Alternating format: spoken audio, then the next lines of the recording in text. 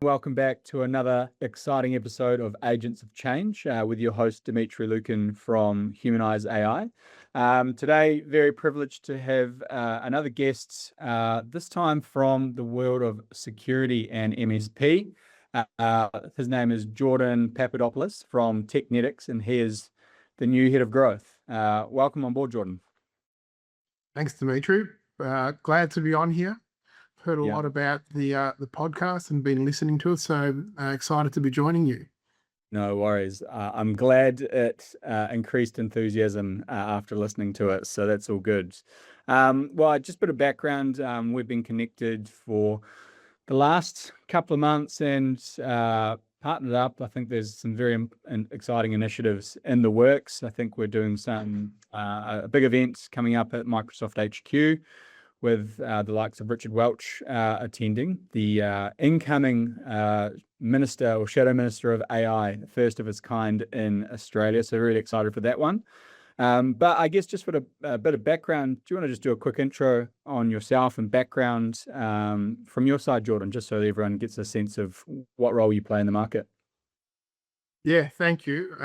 Look, from my perspective, I've been working in the technology space for almost a decade now, and before that was in the world of finance and banking, and have also done various pieces of work, whether it be typically volunteering, but also some paid work through the for-purpose sector and working with different organizations there around transformation and growth as well. And I joined Technetics just over 2 months ago for a few reasons. One, I was looking to get back into the industry after a brief period doing some work for a great community organisation in Melbourne's inner north. And the team here at Technetics, we've been around for over 2 decades, and it's a very well-established business. We have a number of different divisions across consulting, cybersecurity, marketplace, and data recovery, and doing a lot more in AI as well. But the thing that really stuck out was the connection and quality of the solutions we provide to our clients and the experience. And you hear a lot of people talk about that, but it's actually backed up, and just hearing our clients speak. And one that sticks out to me was I was speaking with a gentleman around just IT support, right? And it's not the fanciest thing to talk about, but they're a client of ours, and he was very clear that it's a very rewarding role that our help desk play, right? They often deal with issues, and that's when they hear from us. And from his perspective, the way that he determines if the IT partner is doing a good job is, are his team complaining? And his feedback was virtually no one's complained since we came on board. And so that's really reassuring that when we're looking at how we go to market and how we look at growing, that we've got that strong capability behind us to deliver those solutions. So yeah, that's a little bit about me at a high level, but why Technetics? And we're based here in South Melbourne, servicing clients across the country. Yeah, brilliant. It's funny how feedback works, right? Particularly with clients and partners. You hear a lot when it's bad, but when it's going good, that's almost a compliment in itself of how good your service is, no matter where you go. Oh, cool. I think, from a listener's point of view, I think there'll be some interesting insights, particularly around what's going on from a security lens, and I'd love to understand, with AI being a very common theme at the moment, a lot of businesses going through that change from a technology perspective, from a system perspective, from a governance perspective, right through to the change management that goes along with that for the people and the culture. From your seat, what's the view? What have you kind of noticed? What is happening in the discussions you're having with your partners when the topic of AI comes up? Yeah, look, there's lots of varying conversations, and it's really changed, in the last 12 months. 2 years ago, people asked me, what was AI? What is it? And now that, they're asking me, what do you do with it? But there's a big urgency behind it that's creeping in. And I look at you used to go to a friend's place for a barbecue. There'd be conversations around which shares to buy or which crypto to buy. And now it's, what model are you using, or what are you, what are you doing, right? So everyone has their opinion and everyone has different perspectives on it, which is great because it's going to help drive adoption and help us go down that path faster. But, I think one of the things that when I look at it is, how do we make sure people are using AI and whatever tool it is, that's not as important initially, but how do we make sure people are using it in a way that creates value without creating a risk that we don't understand or their business doesn't understand? And that's a really important question and a really important thing to look at. So if it's the managing director who's been asked by their board, if it's the finance leader, watching a competitor claim a productivity gain out there, or, if it's staff who, in most businesses started using AI months ago and never told anyone, which is something that, we see when I talk to businesses and leaders, they're like, our staff are using different tools, but we don't know what it is. And so now they're trying to catch up. And that kind of lines up with the theme of our event that we're running in September, Faster Than Guardrails. It's AI is moving at a pace faster than what the policymakers and change drivers can actually keep up with. So, we're seeing a lot of businesses really look at how can we use it, how can we bring it into the work that we do, and that's either being driven from pressures from below pushing up, or it's a board or a CEO pushing down onto the management team to do something. Is what we're seeing. Yeah, yeah, right. And I think I guess in terms of what's landing at the moment, so some of the conversations I've been in recently is, there's some kind of terms like, you got to go slow in order to go fast. I think like, guardrails, governance, these are kind of the themes. Like everyone's kind of played around, explored, and now everyone's trying to govern and structure it in order to then obviously optimize and let it flow into kind of broader workflows, process change, and that sort of thing. Like what's landing? Like what are people doing? What are kind of like the early adopters doing within kind of your orbit? Yeah, look, there's lots of different use cases we're seeing. One from businesses that are well down the path of creating agents that are autonomously able to complete tasks. The majority of them, though, one other conversation I had about a week and a half ago, it was, they had I'd recently started, obviously, so connecting with a lot of our clients, and this specific client was, the conversation was, should we buy this platform or what should we do? They wanted to use, I think Claude they wanted to bring that in, and it was just really slowing them down. Like you said, rather than answering that question, it's, we just started digging into what do they actually want to do, and then throwing different questions at them and different ideas around maybe some opportunities they hadn't even considered around other areas that were available. And so that conversation started off the back of a board meeting where the CEO was questioned around, what are you doing? What tools are you using? How are you measuring it? And the reality was it wasn't happening. And so when we started speaking to the client, there's a lot of opportunities in there. And it wasn't around what tools should we buy. It was, where does the business have challenges? And where could AI potentially remove some of those challenges? But then before we start that, what are the risks that exist, and what governance do we need to create around this? And so we just start with a baseline of doing an assessment to see what data is going to be accessible to different people in the organization. So if we enable Copilot, for example, will someone be able to see the CEO's payslips or personal details or things like that? And so, but there's a lot of opportunities where there's a lot of data and information that exists, and good data and bad data are two totally different things. So it's taking them down the path of how do they separate the data, tag the data in different ways that's going to help them, and then how can they use that to help in various ways. We're seeing people talk about onboarding of new staff and making that process a smoother approach as they're coming on from one, the onboarding process of just joining a business, but two, helping them get up to speed in a much faster way. And we've got people in our team that are really focused on different things that we can do, and we're really supporting them and pushing them to come up with different ideas. And then it's looking at, and we've spoken about this as well, right? It's, let's see, what are the different ideas that we have? What problems do they help remove?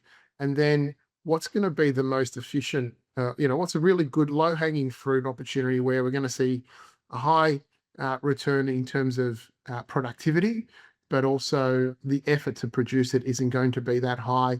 And that's where we're starting off from our perspective, and encouraging clients to, because then it helps the adoption and the business cases for future projects go through in a much faster way. Yeah, I don't know if you've experienced this as well, but I think a lot of people initially come to us and they just say, we need AI. Yeah. But when they say they need AI, I mean, that means a lot of different things. But when you get to the surface of it, they don't have an AI problem. They have business problems, right? And I think, understanding why, like what is the problem that's making them think that they need AI, and then reverse engineering and think, look, there's a million different ways you can solve this problem, and it might not even be AI. Like you could be letting the genie out of the bottle with AI to try and solve this problem when there's a more simple solution, and it could be just a workflow or a process problem. A funny story, I was up at a CIO, CTO summit last week, and we are sitting around the table with some fairly established operators, and we are talking about these situations where people are trying to square peg round hole AI and to fix problems that aren't necessarily the right solutions. And I was chatting to a guy that looks after Brisbane Airport, and they had this problem where a truck drives out specific high value parts to the planes for maintenance schedules and that sort of thing. And they were finding that there was a bunch of these parts falling out and smashing on the ground. And as a solution, someone proposed, let's get these AI cameras that can basically watch the path of the truck and where it's dropping and give us a process log and where and how it's happening. And there was probably this $1 million implementation for this solution. And then someone just said, why don't we just fix the trailer?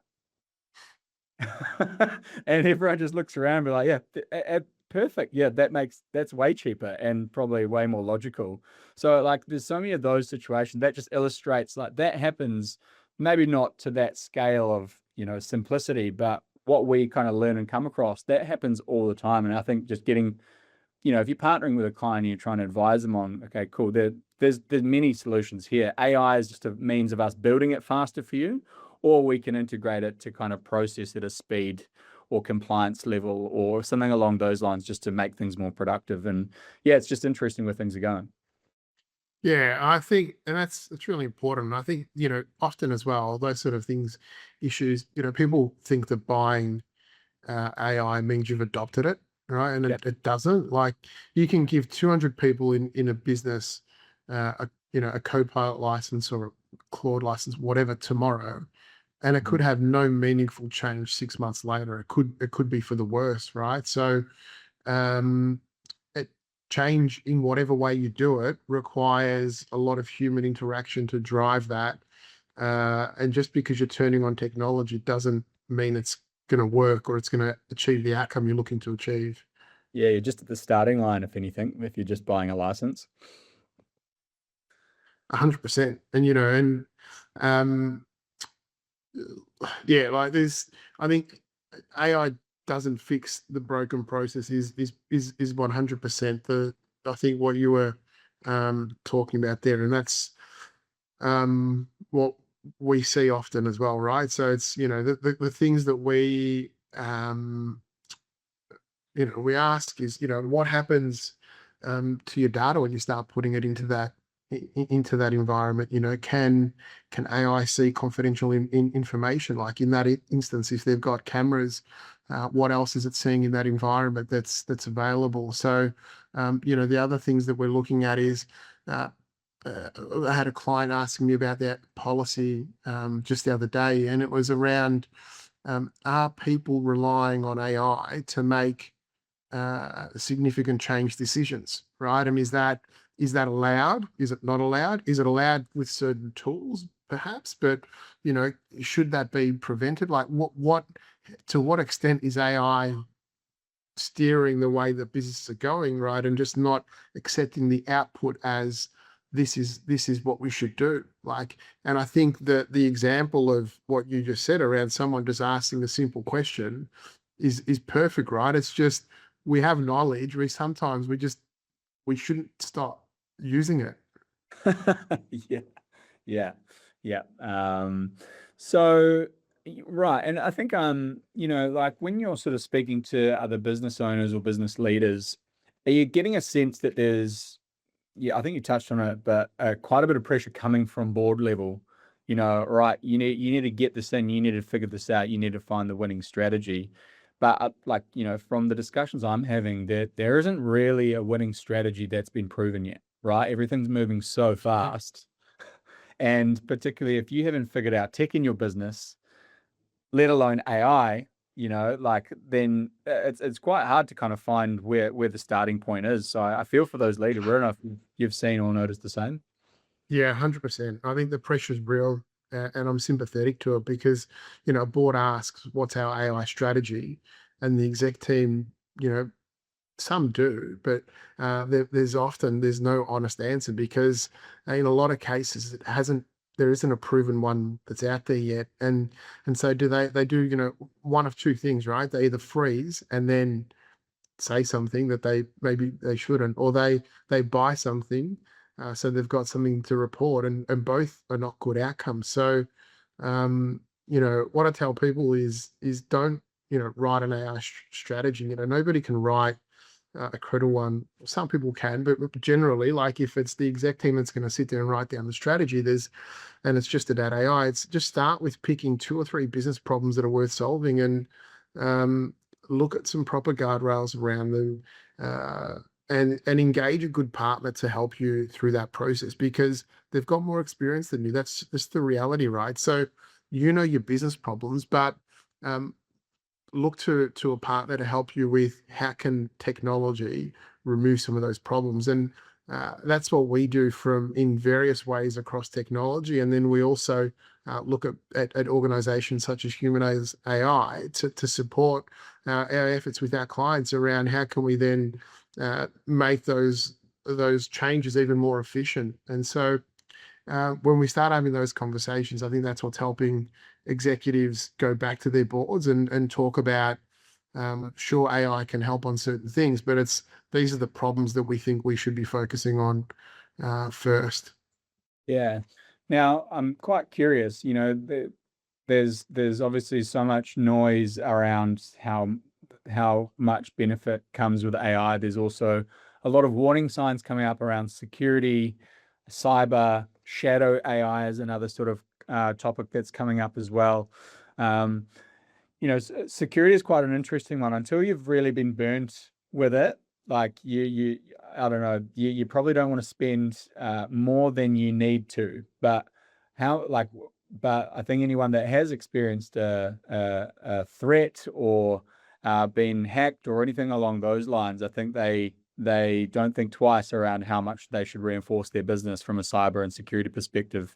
I spoke to someone the other day and they said it's like buying car insurance, until you've had a crash, you don't want to spend any more, but then you really kind of, after that, you really go for the bells and whistles to make sure that you're looked after afterwards and you're not out of pocket. So, Yeah, and you hope you survive. yeah, Because a lot of businesses get hit and they don't survive. mm, And once they get hit, they often get hit again pretty quickly, like yeah, not too long after. So um, it's a challenge. Like you see businesses that uh, thankfully, I mean, one of the positive things about having all the news about various cyber attacks is that it's forced a lot of people over the years to drive adoption, and then we're seeing things like the Essential Eight is evolving, and now over the next few years will move into a different type of policy that will exist, which is great. We're in some ways we're behind here in Australia around frameworks that we need to, comply to when you look at over to the US and into the UK. And so we're seeing a lot of our clients are being asked by their clients, right? What are you doing around security and when it comes to AI? And often a lot of organizations that work with larger corporations or government departments, they're questioned around, are you using AI? How are you using it? And they're having to really go back and explain what they're doing or what they're not doing and what sort of governance is in place. And so it's not just an internal requirement. It's a commercial requirement, really. Yeah. And I mean, say, for example, if someone's just dipping their toe in, with their journey with AI or kind of advocating, there's a strategy that's been approved or budget that's been approved to start, and those people are seeking some guidance around cyber and compliance. Like, what's a good starting point? Like, where would you advise people to look or get educated first? So before they come to you guys, what are kind of some essential things to have on their radar? Um, Look, if I would ask them to come to us, right? I think the first thing, like in terms of if I was to answer that towards our clients, for example, speak to one of our speak to your account manager. Every client has an account manager, but and if you're not a client, pick up the phone and call us. But come to us and talk about one, what are some of the pain points you're experiencing? What's driving the need or the desire to look at AI? And then let's assess what risks exist, so that when you do start using it, you're doing it in a safe way.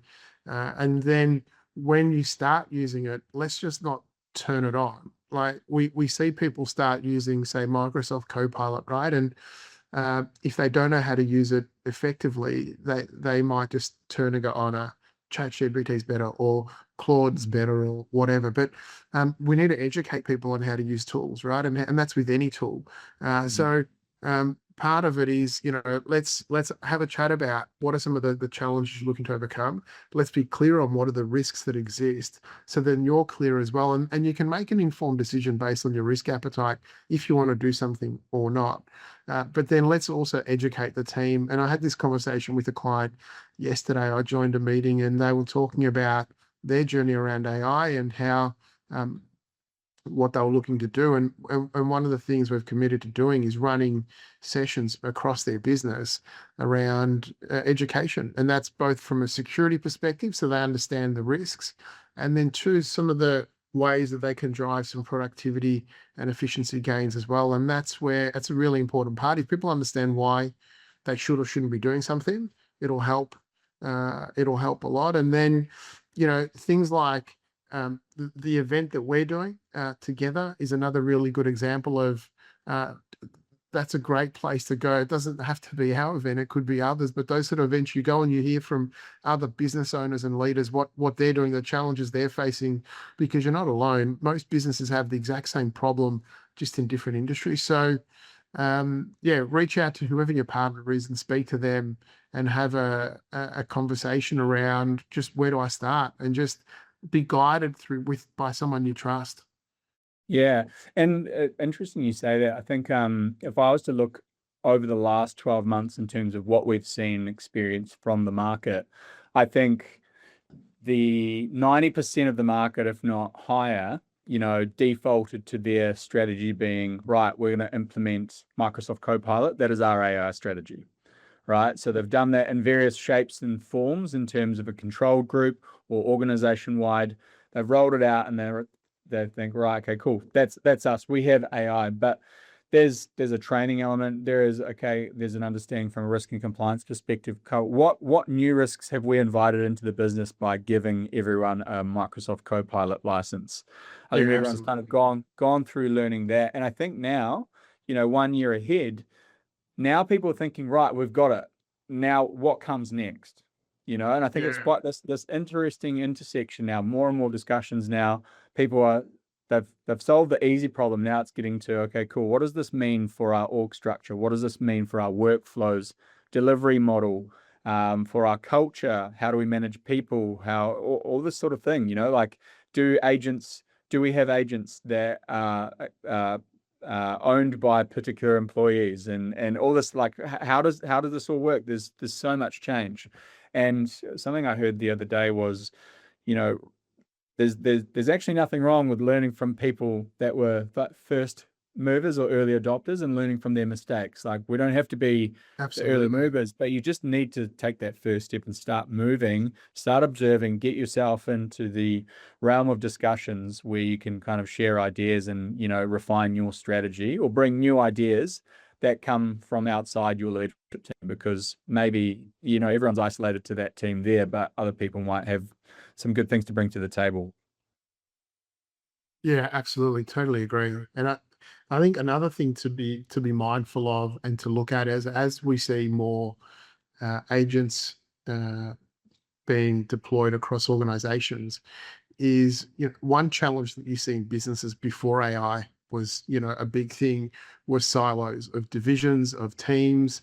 And something I'm really keen to look at over the next 6 to 12 months is how well or how are agents impacting that silo issue even more, right? So if you have a person in your business that has two or three agents doing work for them, and all of a sudden they're really hot, much more productive than what they were, but then they're being siloed away from other people. What's that doing from a people and culture perspective, and just sharing of knowledge and just in general culture of your organization? So that's one thing that I haven't heard a lot of conversations around, and something I'm keen to explore more of and understand through our clients and others. Just how are they dealing with it? Are they seeing that at all? Or, some may not be that far down the path of adoption. So it's something that they can potentially be mindful of, and how do they challenge that if it actually becomes an issue? Yeah, well, and going with that as well, if there are less people to manage but much more productive agents supporting their work, what does that do from a burnout perspective? Like, how many more decisions are they making? How many more processes are they handling? How many more clients or how many more projects are they handling in parallel?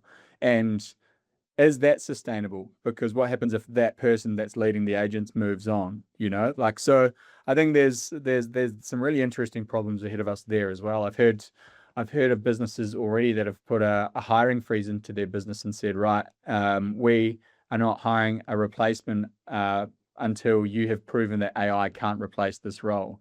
So people are now doing their day jobs, but they're also doing the R&D and transformation, and trying to figure this out on top of their existing role, and they're burning out. So quite interesting. These are the things, that aren't necessarily getting the spotlight amongst all the hype and excitement. But yeah, good point there. Well, I think, in terms of where it's heading in the next 6 to 12 months, do you have any predictions? Like, if you're looking ahead, is there anything that you think is going to be a major move or major change or something that everyone's going to need to have in place, whether they like it or not?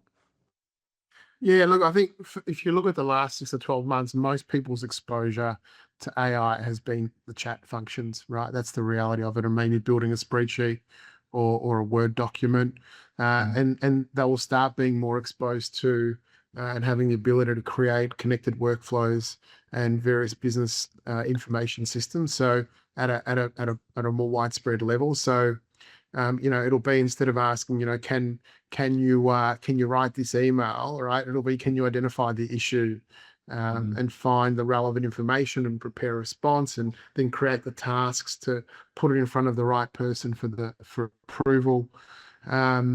So where is it going? That it's exciting where it's going. There's also a lot of risk that we need to be aware of, as well. I think one bit that's a little overhyped is the idea that AI is about to remove the need for people across huge parts of a business. Sure, there's businesses out there that have startups that have started with virtually no staff, right? But a lot of the businesses that we still see today definitely is the ability to scale and grow with maybe not bringing on as many people. And that's really exciting to see what we can do and help businesses create efficiencies there. But I think technology is going to I talk about good humans, and I want to surround myself with good humans, and technology is giving good people and good humans more capacity to do the work that, we should actually be doing and adding value to others. So I hope that that's where it goes. We start seeing the ability to free up people to do more impactful work. If I look internally here from our account managers, for example, and how we're utilizing AI, it's helping them make more informed decisions. How do we respond to clients faster and more efficiently so that they can actually just get out there and go and see clients more frequently and have better quality conversations? I'm sure there's tools that we use to help make the process post-meeting more efficient, but it's also then looking at how do we help a client self-serve more as well through various portals and CRM functionality that exists that we're working through, and that's where for me it's how do we help. The benefit I see in the next 6 to 12 months, there'll be a lot of tools, but it's the benefit is our people being able to do more impactful work with our clients, and that's what matters to us. Yeah. Yeah, that's a good one. I think one that has been popping up for me recently, and I'm not sure if you've heard of it yourself, but a lot of business leaders are worried about token costs. Yeah, So that's definitely going to be a thing. yeah, there's this interesting phenomenon. I don't know if it warrants as a phenomenon, but I'm going to go down that direction. But yes, model costs are decreasing and stabilizing to a degree, depending on what you use. But the consumption across the business is multiplying at a pretty fast rate, and people are becoming more and more dependent on a personal level. For personal workflows, for business workflows.